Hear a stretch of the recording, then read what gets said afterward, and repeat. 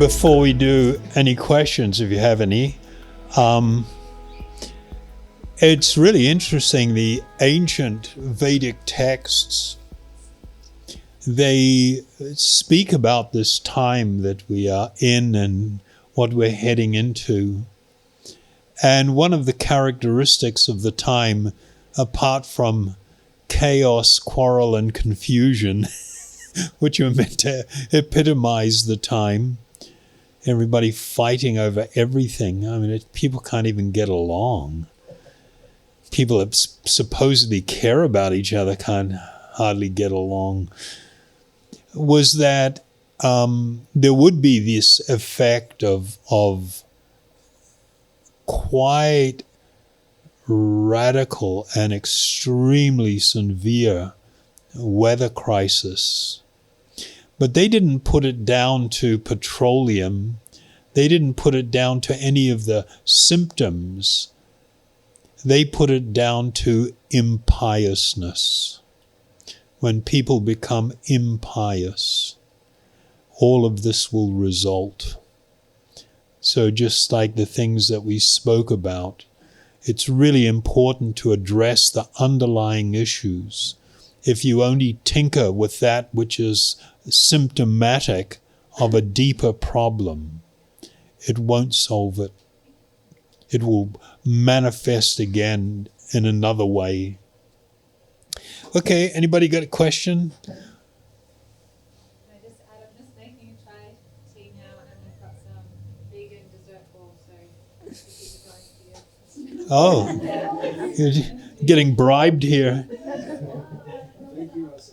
Was this okay, you guys? Yeah. You know, I'm here because Rasalila insisted I come. She is very thoughtful and concerned. She regards you guys as her friends and wanted to try and share a different perspective and something that will, she feels, benefit you all. So big thanks to Rasalila. Of course, I'm quite happy to do it. I tell people that I've had a very fortunate and privileged life, primarily because of being able to have the holy association of some very saintly people, my teachers, who have given me something of limitless value.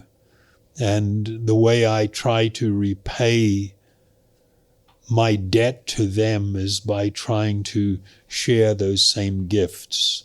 So you do me a great honor by allowing me to speak, and I thank you for that. Yeah.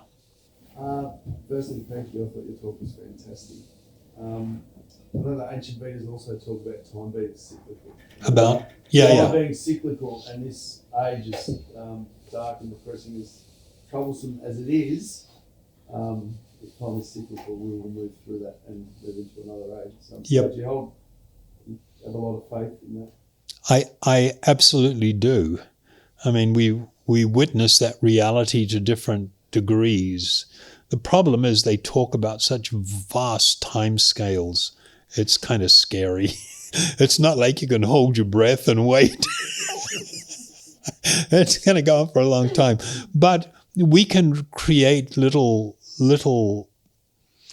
islands, sanctuaries of light, and invite people into it. I was telling someone about the experience. I run some programs in New Zealand in the prisons, in the maximum security prisons. It's pretty hardcore in there. And you get the guys in there, and we do this kind of practice. So I try to teach mindfulness, control of your emotions, making better choices in life, all the things that we need to do as part of the mindfulness exercise. But we do the kirtan, and they love it. Most of them are Maori and Islander guys, and they love music and singing, but they get into it. And then it's just like, oh my God, this room that we're in, it's just like, when we first came in, it was so depressing, and the guys are all so out of it. And then you chant, and it just like the place becomes like, wow, what happened here? Then I said, now you got to open the door and walk out and be hit with the reality of the dark, depressing environment you're in. But when you go back to your cell, you can transform your cell with these spiritual practices. You can actually transform it. And this is what you need to do and share with others. And so that's what we need to be doing as well. Yeah. So, I'm just wanting you to talk about spirituality, because I understand the material, I understand electrical impulses in the body, and maybe being less anxious or more in tune with my body's capabilities and more in tune with how my body can better survive in the world and in the environment, and how meditation can bring more calm and being more in tune with these things. I was hoping you can talk more and sort of define what spirituality is, or what is the action or the potential of spirituality in terms of it going beyond the physical. Yeah. Big question. Do people bring their sleeping bags?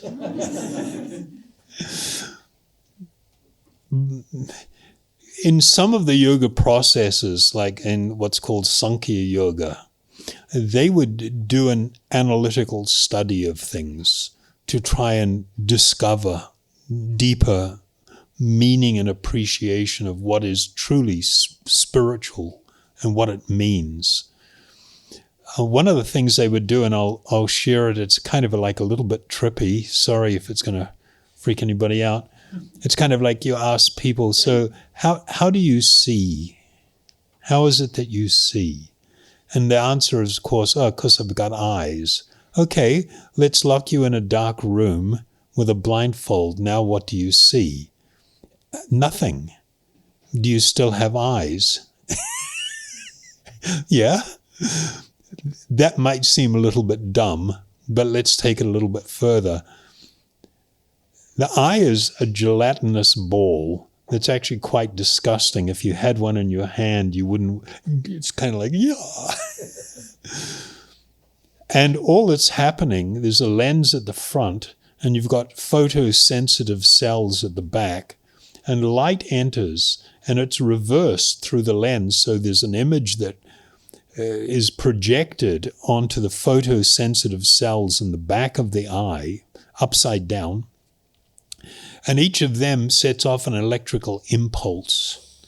That electrical impulse sets off a chain reaction of impulses up the optic nerve all the way to the visual cortex of the brain, and then explodes with all of these electrical and biochemical reactions. Okay, that's the process. My question is, where is the picture? And who's looking at it? That's just like, really. And they would do that with sound and smell and all of these things. And it assisted them in this search to discover what the Sanskrit word is drishya. Drishya means the seer, the one who's actually seeing all of this stuff and experiencing that. And who is that and what is that? So along with those types of things and meditations I do, which I'm just going to say are not necessary to go down that path, but they would spend decades involved in these processes, which required heroic participation where they'd utterly withdraw from the world just to really get into that. By examining certain things, we have a desire for happiness. And it's kind of like, why? What's wrong with being on a bummer? Why do we find a bummer so disturbing? Why do we seek happiness? And they pointed out that it is because it is part of the nature of that spiritual being to exist in the experience of profound and limitless joy. They called it Ananda. But when the living being is embodied and we have lost the plot and we consider the body and the mind to be the self, then we seek to fulfill that need that we have for happiness through the agency of the covering. And that's why we have the experience that even the most pleasurable experience, number one, it passes rather quickly and it leaves us unfulfilled. It doesn't give us the experience that we actually desire if you look at it carefully. They also understood that all fear arises from fear of death. And it's sort of like, so why are we afraid of that? And again, it's back to the nature of this spiritual being. The nature of the spiritual being, the spirit soul, is that we are eternal. And because of that, we desire things to be permanent. All the kids' stories that end with, and they lived happily ever after. That's actually a spiritual desire. And we want it to be like that. And so when we identify with the body and we encounter death, a body that is dead, it is so disturbing.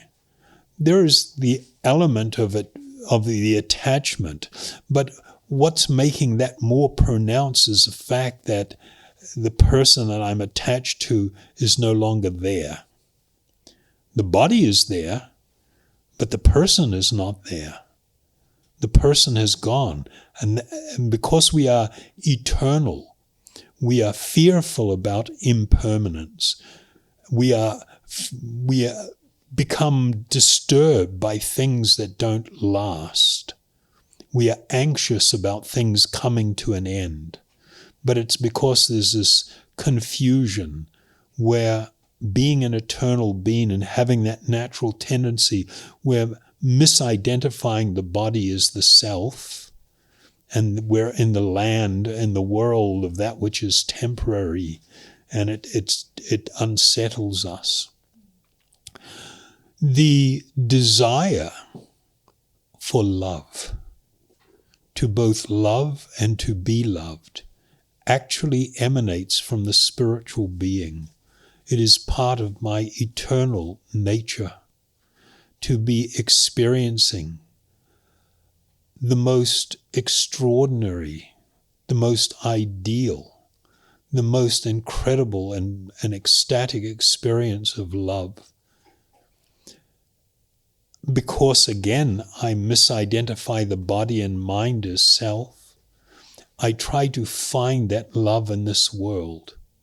And none of my relationships completely fulfill that deep inner need and desire.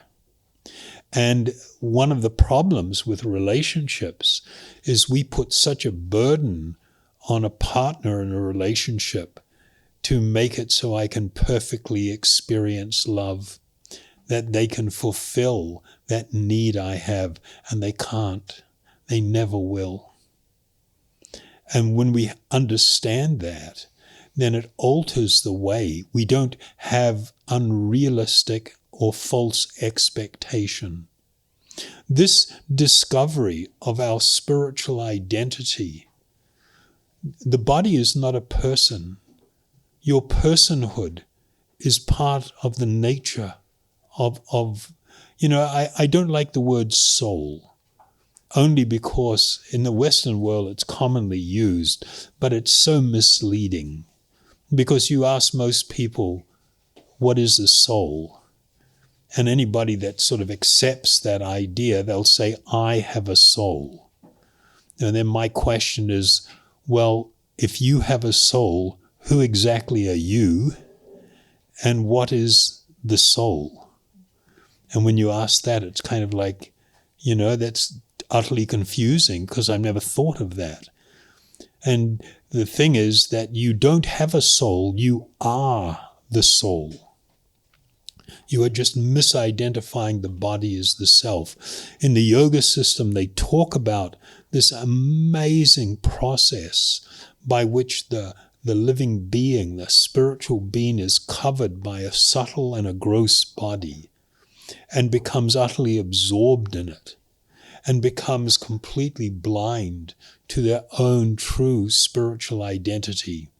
So those things that I've described are part of the nature of, in Sanskrit, it's called the Atma, which means the self, the true self. The process of self-realization is not something that you acquire or that you get, or that it is an uncovering of your eternal nature, which is already there. It's not, you don't have to be special to be self-realized. You don't have to be special to be enlightened. It's about uncovering what is there. So this is a very profound experience.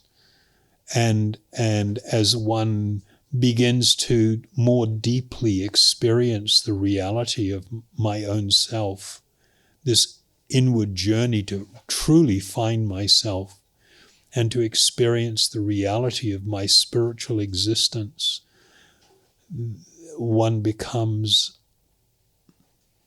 utterly transformed. I know that that's probably not enough for you. I assure you it's enough for now. It's a very deep subject. You're very welcome. And can I just say, all the stuff we're talking about, we're only scratching the surface. There is a vast and limitless ocean of spiritual truth and things to discover. Yeah. I was just thinking, sometimes when I sit to meditate, when I've got a lot of stuff, things going on in my life, and I decide to go and meditate, it can be, I experience a lot of suffering. Sometimes it's unbearable. I'm feeling physically, I'm so uncomfortable in my own skin. So I'm just thinking, in your opinion, is the only way going through and having to sit there for longer extended periods of time, or is it actually starting slower and doing smaller steps? I would recommend, number one, probably smaller steps, which are way more manageable. And you don't have to take that route that you're speaking of. The route that I'm promoting is, while that recognition will be there, that's not the focus. The focus is to rest my heart, to rest my mind, my very being, and that which is transcendental. That has a purifying effect, and you begin to, the biggest problem in human existence is the fact that we are all spiritually malnourished. We commit so much time and energy and effort to feeding our mind, to feed our body, to feed our senses with different experience. And the living being is left in a very, I'll use the word malnourished. I don't mean that it is. The spiritual being doesn't transform like that. It can't be starved. But the starvation is just the emptiness and the pain of wanting something more wonderful and profound, and sensing that there is probably something there that's more profound, but I'm not getting to it. The experience that you're referencing is is not uncommon or unnatural, because the more we become aware of the limitations of physical existence and being embodied and the nature of the world, then it may be shocking and it may be a source of painfulness for us on a lot of different levels, not just in a shallow way, if I can use that word, but on a lot of different levels. So being absorbed in that experience is not necessarily going to be helpful, because it needs to be more complete than that, rather than just the negative aspects. What's going to bring the positivity to it? And that's going to be the use of the meditation, of using spiritual sound will do that. Is that helpful? Yeah. Hi, good evening, Acharyas. Good evening. Really pleasure to have you here and then listen to profound words here. I just I would like to share my incident with you. Maybe it's really fruitful to listen for everybody. I'm from Nepal, and then it's next to India. Maybe everybody. What part of Nepal? Pokhara. Pokhara, yeah. I'm from there. And then when I was in Nepal, I just looking for my happiness in Australia. Yeah. And then I came here for pursuing my degree, and then I also looking for a good job and everything. Finally, I got everything now, and then nowadays I realize all these things is not for happiness. So then I'm looking for a spiritual pathway. How can I start, and then how can I go more deeper? And then I saw this ad through your site, and then I am here now.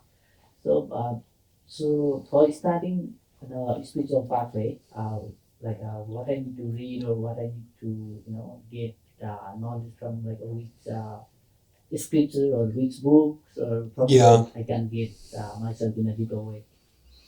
So I have a website with about 300 videos.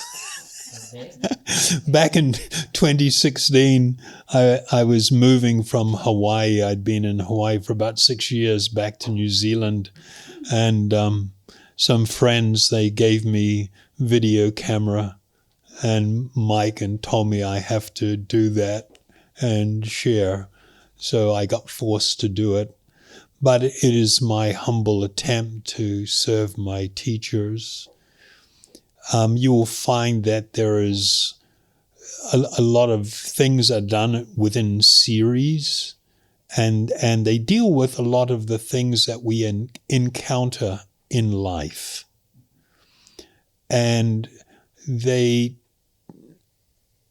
offer ways to look at things from a spiritual perspective and to deal with things in a different way and on a different level that can really improve the quality of your life. There are parts dealing with meditation and stuff. If you have an inclination, and because of your background, I've also got a series there. I call it the Bhagavad Gita Chalisa. So there are 40 verses chosen from the 700 that I think share some of the essential messaging. A lot of people will have difficulty actually with some of these texts if you just try to read them on your own, because they contain a lot of things that are not culturally familiar, different ways of looking at stuff and appreciating and understanding it that we're not maybe connected with. And so it's kind of like, what's that? And we may even find some things kind of like quite challenging, because it's like, what does it mean? And so it's kind of good to have somebody hold your hand and walk you through it and present ways of appreciating and understanding. So I've tried to do it with that particular series. People that are interested in the yoga thing, I have actually translated the Yoga Sutra of Patanjali, and I haven't gotten very far. It's been a few years since I worked on it. I'm always struggling with time. But there's probably enough on there to give somebody some things that will be beneficial and helpful. So my site is acharyadas.com. Not too difficult. ACHARYA. This was a name given to me by my teacher. The Acharya, the root of that is achar. Achar means like conduct, and particularly really good conduct. And so Acharya, one of the understandings is there's a number of ways you can understand the word. It's used in different ways, but Acharya means a great spiritual teacher who teaches by their own example. And I have das at the end, which means servant. I am a servant of the great teachers. So when I hear that, then I'm reminded of what I should be doing in life and with my time. So that might be a place to start. The Australian School of Meditation and Yoga are the ones that brought me out here. They're a volunteer organization. I'm a volunteer. We've got some leaflets there on the table Russell is pointing to. There are some people, some of the guys here, the guy with the camera there and the lady underneath it, and some of them, they are connected with that organization. And they have a meditation center and yoga center here. So I would recommend. They've got lots of online resources as well. But it's a good place to make a start. Okay? Yeah. My question is a little bit like, first of all, thank you for this. But starting, I feel like once you hit the chain reaction, like once you start becoming a little bit awakened, you can't stop. But there are a lot of people in my life who it would be really important for me to share this with, but they're not even on the verge of, say, trying meditation or trying yoga or something like that. My question is, I think as well, maybe it's the pain element of it, because I think for me as well, we're all aware underneath it. Yeah. But we're kind of hiding from it because there is the initial pain once you realize how long you've been kind of ignoring it. How do you kind of open up those sorts of conversations? And I know sometimes a lot of pain, especially in people, say, my parents' age as well, who a very different mindset. Like, how do I do that? They have a saying in English, physician, heal thyself. Have you heard that? Meaning, if you're wanting to practice as a physician, but you yourself are ill from diseases, probably a good idea to try and heal yourself so you can actually, begin to work on others. So the need for you to grow in your spiritual experiences, that's what's really going to influence people that maybe now they're not ready to listen.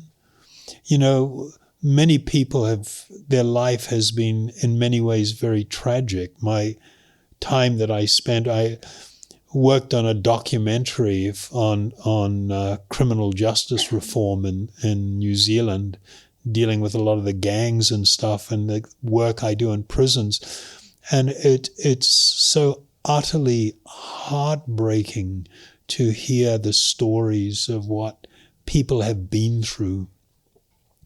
It's not as bad as that, but everybody in their own life have experienced betrayal, and there's been promises of, of something that is good and whole and everything, and then you commit to it, and then you feel terribly let down or even betrayed. So, and that happens on many different levels, and so it makes people understandably not just cautious, but even a little fearful of letting down their guard. And I highly recommend that people need to be guarded with your heart.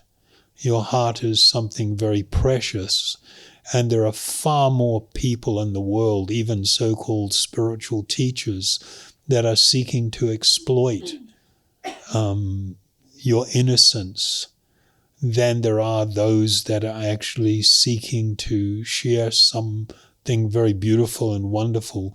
So the need for caution is there, and it's not that we should ask people to abandon their fearfulness of something, but they need to grow in trust.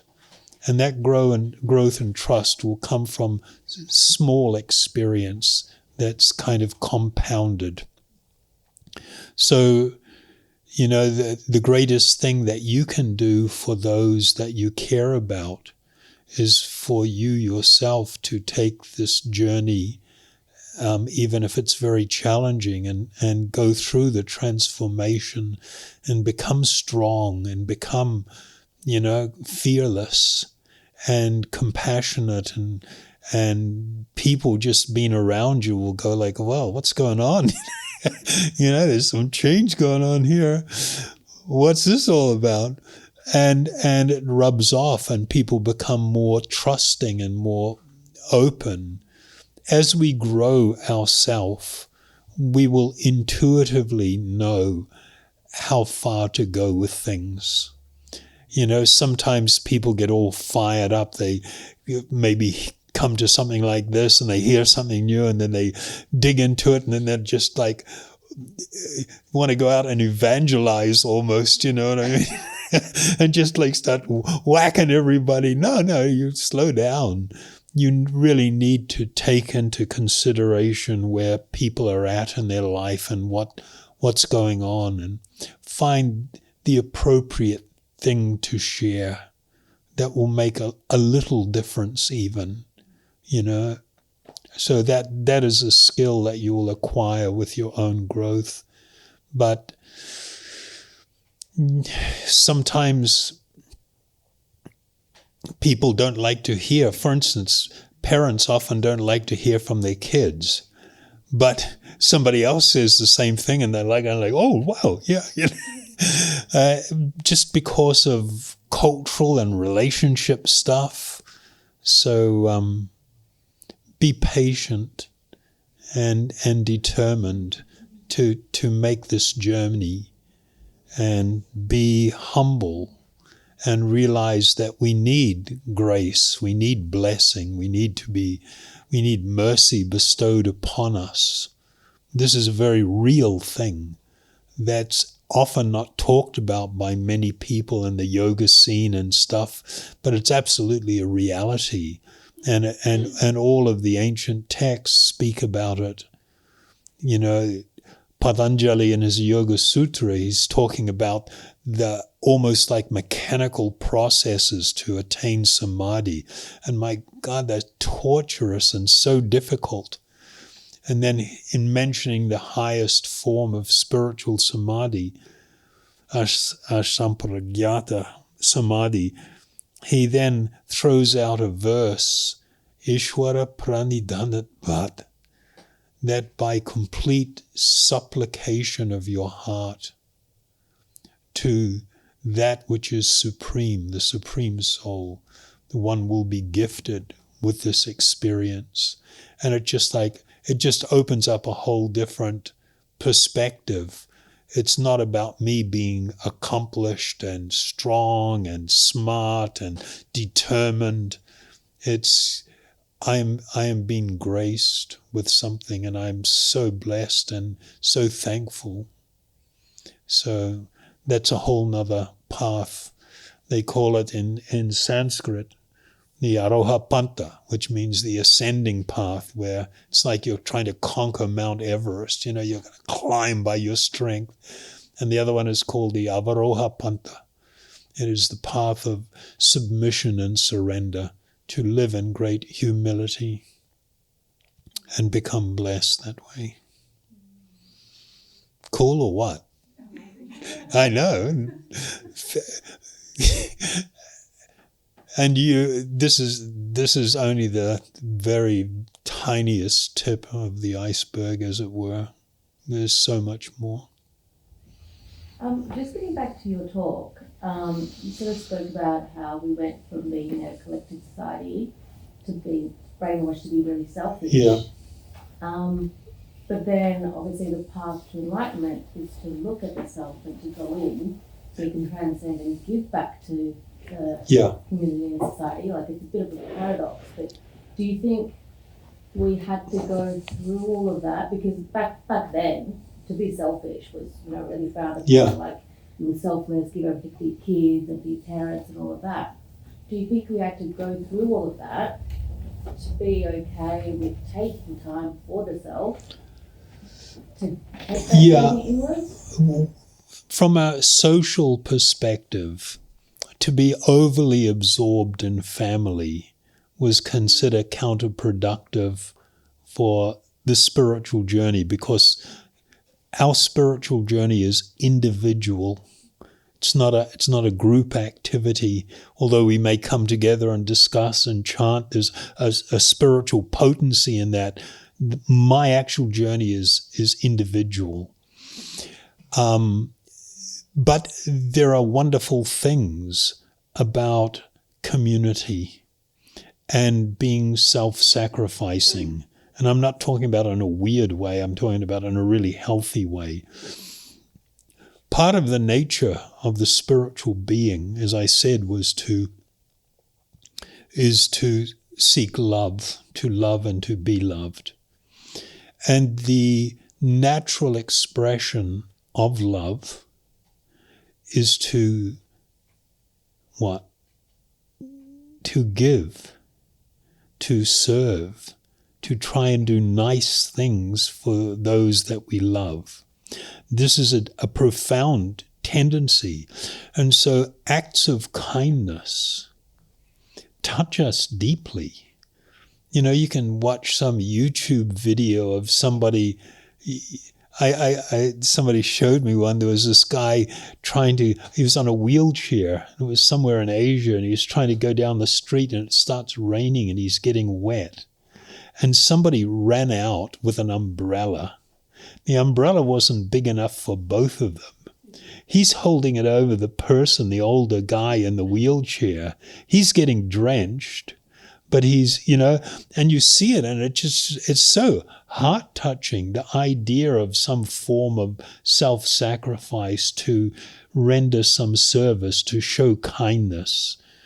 I know parents, and it's more common in certain Christian kind of communities, where they'll take their kids once or twice a month and go out and do volunteer work in a soup kitchen kind of thing, or, doing these food packages to give to the less, and going out and distributing them and stuff, because they want the kids to have that. It's such a touching experience to do something nice for someone. And the reason that it touches us is because it connects with our deeper spiritual nature. So while some of our practice may be, ours and personal, many of the fruits that come from our practice lead us to engage in a very compassionate way, and to show, to take the spiritual journey is not actually selfish.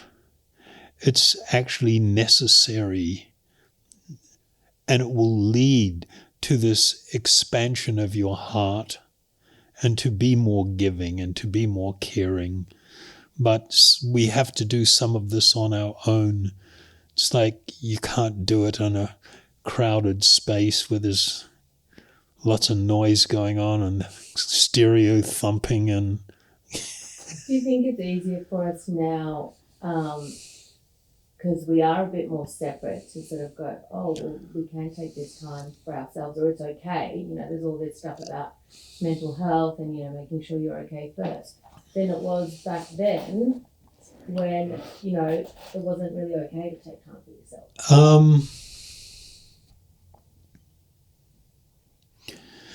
I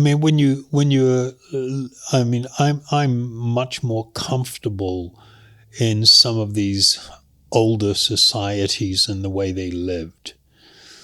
And taking time for yourself when it was for spiritual pursuit was never considered selfish.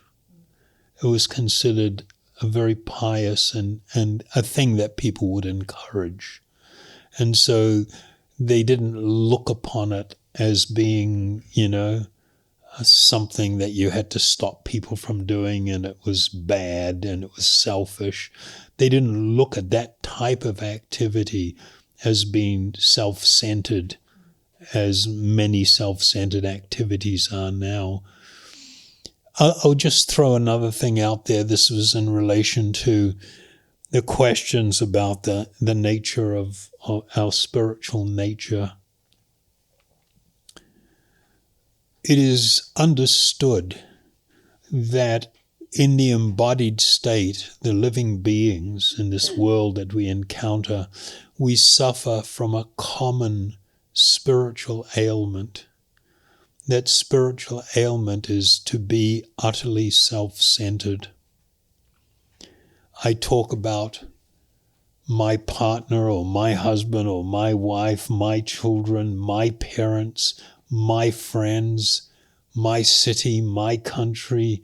We use this terminology because it's reflective of how we see ourselves at the center of everything.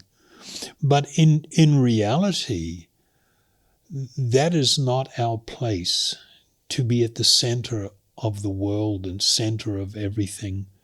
This is actually completely contrary to our deeper spiritual nature. When we see ourselves at the center, we are more focused on taking rather than giving in relationships and, you know, just the way we manage our life and everything. But it doesn't stand out because everybody's doing it. But from a spiritual perspective, it's considered a serious form of corruption, of spiritual corruption. And so I've used the example recently of, I remember visiting somebody's house and they had a coffee table book, you know, and it was like shots from outer space from astronauts. Each page on the left side, there was often a picture, and then there was just a couple of sentences from an astronaut. And from all over the world, different astronauts, and they all had the same experience, looking into the vastness of space and the smallness of this earth was so humbling for them. And looking down upon the earth where, you know, you could barely make out a seriously big city with 10 or 12 million people in it.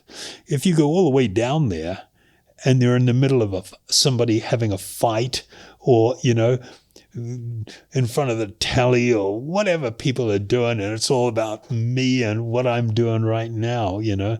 And then as you move out, this idea of me being at the center of everything is so absurd.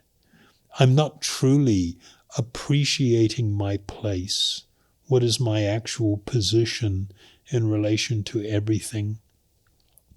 And so because of this type of culture, the pursuit of spiritual realization was generally, not always, but generally not considered a selfish thing to do. was considered to bring great fortune on the family, for instance, and you would develop good qualities, and that would be a great blessing to everybody around you. So it's a different sort of perspective. It's nice, you know. You in older cultures, just the way that they would function and operate, like in their spoken language, you have a different word for an elder brother and an elder sister. Because even though you may not like it, if an elder tells you you need to do something, it's kind of like, okay, even though you don't like it, you do it. There was a sense of duty, the way that they spoke to elders.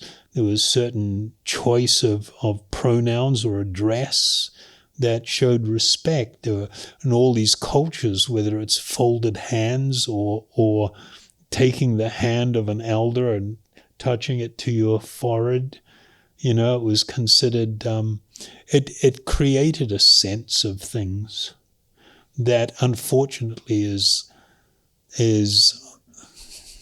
horribly lost in the Western world.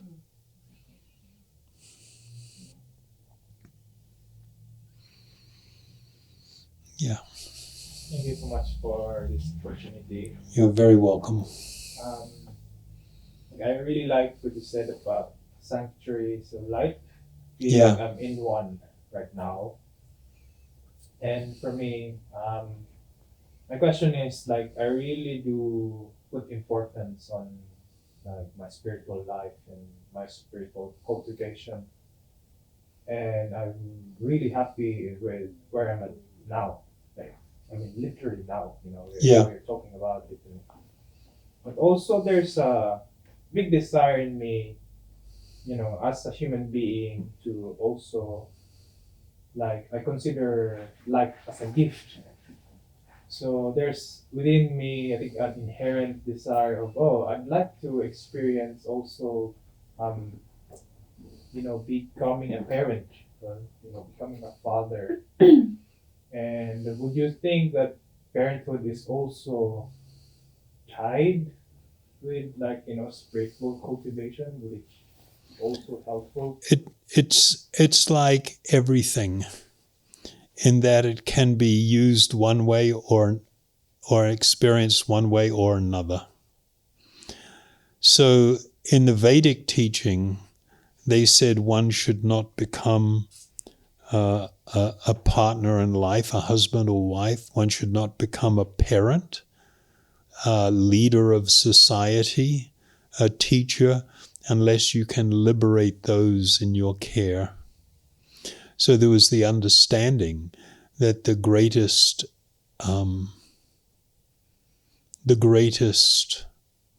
service that you can perform in that capacity as a parent is actually to show your children the path towards spiritual liberation and to encourage them, to teach them these things. They're going to make their own choices, but sharing that knowledge and being an example in your own life is good. One of the fantastic things about being a parent is that you will be required to make much sacrifice if you're going to be a real parent. And that's not a bad thing. That's a good thing. It's temporary, meaning, you know, the development of a child up until it becomes independent is, it actually doesn't take that long. While you're in the middle of it, it seems like it's going to go on forever, but it's actually a limited opportunity. And if you do it with sacred intent, it can really help you spiritually in a lot of ways, to learn tolerance and patience, to learn ways to address things, to try and help your children understand and to develop a healthy perspective. So personally, I highly encourage it. The things I advise people in life: try to be present at as many births as you can. It's an astonishing thing. I ended up delivering 3 of my children of the 4. But to be present during birth is deeply moving. It's profound. To be present at as many deaths as you can, particularly if you can sit at the bedside of someone, hold their hand and assure them there is nothing to fear. There is nothing to be afraid of. You are eternal. You will leave the body. You will not die. The body will die when you leave, but you will not. That this is normal part of life. Do not fear it. Being able to share some understanding. And they take such solace in this, to have chanting around. I was speaking with my father that when the time comes for you to leave, these sacred sounds are like a boat that will carry you across the ocean of material existence to a safe place. And it's the only thing that you can actually take with you. So, you know, those 2 things are really,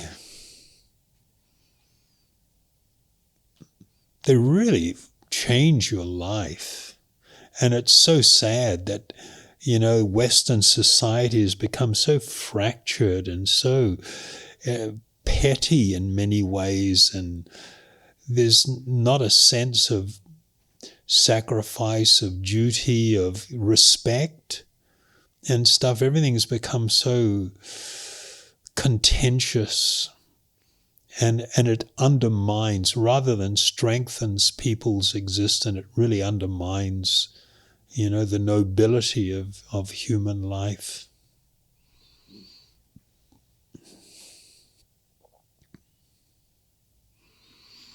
Little advice. There was a famous sage, his name was Chanakya Pandit, and he compiled a work called the Niti Shastra, which had to do with political and social things also, but in life. And he advised for children that up until the age of 5, one should show tremendous affection to their child. From the age of 5 to 15, they need to learn discipline. And of course, the understanding is you've got to move them away from being so utterly selfish and self-centered, because if you don't, when they go out into the world and they're not going to get everything that they want, they're going to be so fragile and not be able to function. And being disciplined is an essential part of it. But you need to do it intelligently and carefully. But then he advised that from that point onwards, one should become a close friend of their child, an actual friend. I mean, and this is one of the big tragedies in this world, and particularly in the Western world, probably more so, is the relationship between parents and children. You know, parents don't know how to do that. They don't know how to take the lead in creating an atmosphere where the child feels that I can come to you with anything and talk to you about it, and you can guide me. You know, to feel that sense of intimacy and trust. Cool stuff or what? Are we done? Huh? Yeah, and you'll notice it, what you just said and what we talked about. We get up and walk out the door, and you're back into where you've come from. And what you've got here now, and people will be feeling it in different ways, is like light. You know, the things that I'm sharing with you are not anything to do with me. These are eternal truths, and they lighten our heart. The process of meditation that you've been engaged in different ways, using these sacred mantras, they touch you in the core of your being. With that, I would like to thank you all so very much. What? You? I know him. thank you very much, Shari, for the talk tonight, and You're also welcome. thank you so much for all your podcasts. I find that a really great thing to listen to and appreciate it. I did appreciate all the things you've always said and you said in the talk. One thing that catches my mind is that a fox apparently can't smell their own scent, and in that way, being a product of this time, I observe the issues and I hear the insights that you say, but especially say like with 2020 lockdowns and stuff like that, what a great opportunity just to meditate and relax, but I couldn't. That I was drawn, I had to find out what the hell's going on, and well, you know, it was a sad for myself realization of like, God, I'm really in the time. Okay, I know him well, so don't get upset when I tell him. You know, I'll tell you exactly what the problem is. We have this tendency to be drawn to gossip, which is called Gramya Katha, which is actually very spiritually eroding. And that tendency towards gossip is just watching useless crap on your phone or on, you know, just scrolling all the shorts. All this kind of stuff appeals to a nature that is part of the mind. Can I just say, in the Bhagavad Gita, it states that the mind, which is not you, it's covering you, can be one's greatest friend or one's greatest enemy. Your own mind can be a greater enemy than anyone or anything else, particularly when it's unbridled. And the understanding was that our job is to determine what the contents of our mind is going to be, rather than our mind just independently rampaging and dragging us everywhere. We should be determining what it is that we're thinking about, what it is that's going to preoccupy us, how we are going to take things on board and process stuff. That's our responsibility. But we live in a time when everybody is taught to utterly surrender to their mind and just chase it and follow it everywhere. And this is one of the massive contributions to what people call mental health issues. It's this unfortunate attraction that part of the nature of the mind to be drawn fundamentally to gossip, unpleasant things, you know, which means people spend so much time in political battles and conspiracies, or, you know, just reading up. I mean, a lot of the things I talk to you about tonight, I do it hoping that you're not going to now go get lost down a rabbit hole and start checking all this stuff out. That we would have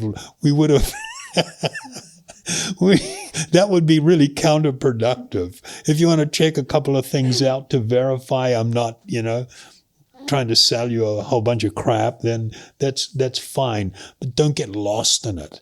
But the tendency you'll see is when you start discovering something, oh my God, and then you wake up 2 weeks later and you dug yourself this massive hole, and it's kind of like I'm sorry, not 2 weeks, 2 years later. Yeah. And so we've got to understand that this is just part of the characteristic of the mind that's going to pull us in these. There was another part to that. Can you give us a picture, please, of what would be some good homework to do and take home with, and what's a natural kind of like a healthy way of curbing? But also to actually instill some development and that spiritual revolution. Yeah. So, you know, it's really important in developing, for instance, a meditation habit, and this can be also applied to a habit of looking at things, you know, yoga wisdom related stuff, where you actually allocate some time every day. In the beginning, do small amounts so you don't get, stuck with, you get all enthusiastic and you commit to something, but then you find you're not able to do it. And so it's kind of like, oh, God, say maybe tomorrow. And then tomorrow comes, okay, the next day. And okay, I shouldn't have done that. Now I'm going to get into it and do a whole bunch of stuff. It's the consistency of even small doses that will really begin to change you. And so that kind of applies with everything, where you actually have that level of discipline where even in small doses you actually make a firm commitment to develop a practice, a spiritual practice. Because it's not me and it's not what I'm saying that's going to make a difference. It's going to be your engagement, particularly in the meditative process of being absorbed in that which is transformative, that which is spiritual, that will make the difference. Okay? Okay, now we're done. Thank you so much. Would you like to do that? He's asking if we could have a little chant before we close out. If you need to go, it's fine.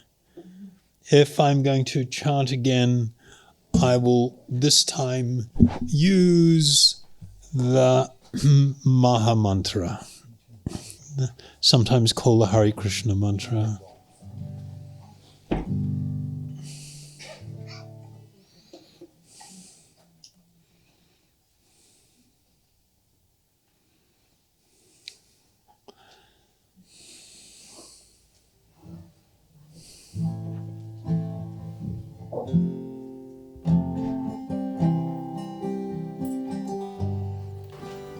I'll just chant a couple of Hari Bol Nitai Gaur's chants and then do the Maha Mantra.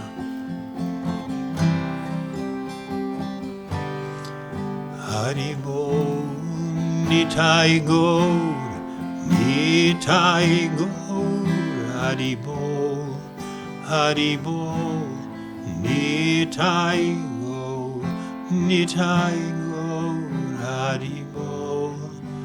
Hari Bol, Nitai Gaur, Nitai Gaur, Hari Bol, Hari Bol, Nitai Gaur, Nitai Gaur, Hari Bol, Hari Bol, Nitai Gaur, Nitai Gaur, Hari Bol, Hari Bol, Nitai Gaur, Nitai Gaur, Hari Bol, Hari Bol, Nitai Gaur, Nitai Gaur, Hari Bol, Hari Bol, Nitai Gaur, Nitai Gaur, Hari Bol. Hare Krishna, Hare Krishna, Krishna Krishna, Hare Hare Rama, Hare Rama, Rama Rama, Hare Hare. Hare Krishna, Hare Krishna, Krishna Krishna, Hare Hare. Hare Rama, Hare Rama, Rama Rama, Hare Hare. Hare Krishna, Hare Krishna, Krishna Krishna, Hare Hare. Hare Rama, Hare Rama, Rama Rama, Hare Hare. Hare Krishna, Hare Krishna, Krishna Krishna, Hare Hare. Hare Rama, Hare Rama, Rama Rama, Hare Hare. Hare Krishna, Hare Krishna, Krishna Krishna, Hare Hare. Hare Rama, Hare Rama, Rama Rama, Hare Hare. Hare Krishna, Krishna, Hare Krishna, Krishna Krishna, Hare Hare, Hare Rama, Hare Rama, Rama Rama, Hare Hare.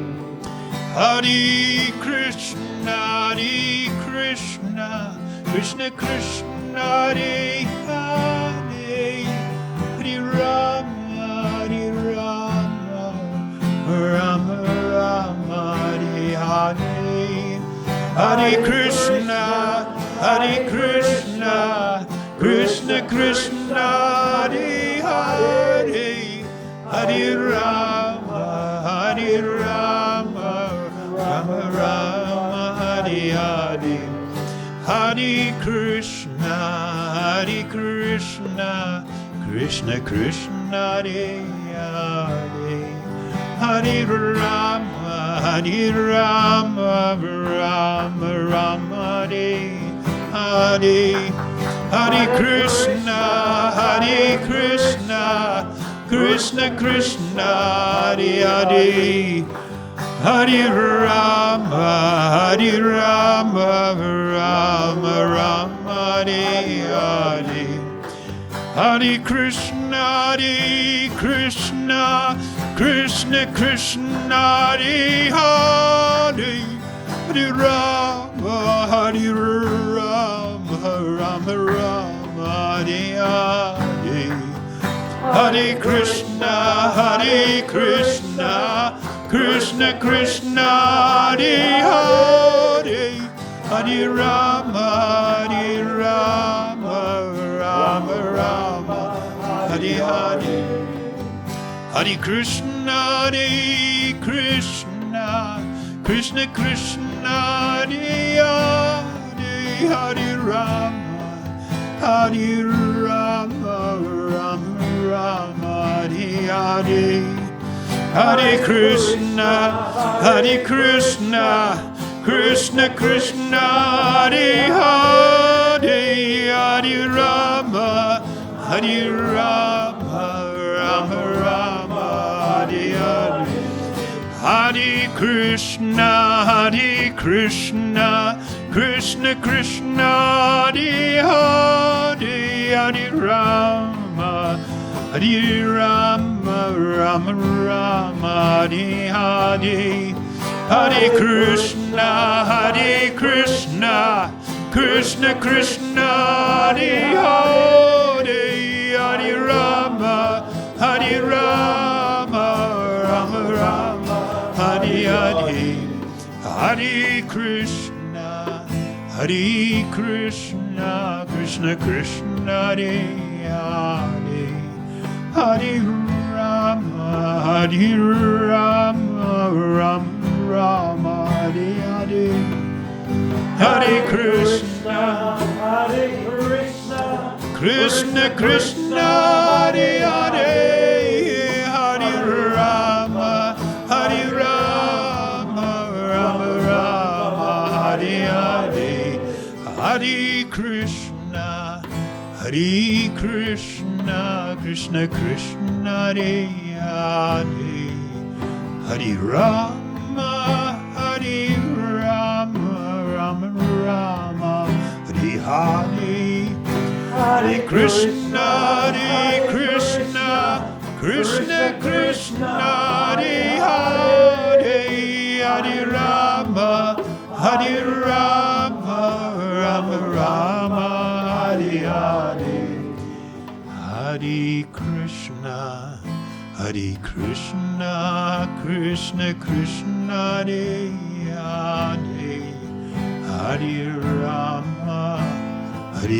Rama, Rama Rama, Hare Hare. Hare Krishna, Krishna Krishna, Hare Hare, Hare Rama, Rama Rama, Hare Hare. Hare Krishna,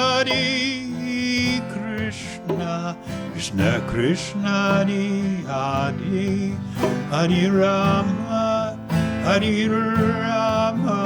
Rama Rama, Hare Hare, Hare Krishna, Hare Krishna, Krishna Krishna, Hare Hare, Hare Rama, Hare Rama, Rama Rama, Hare Hare.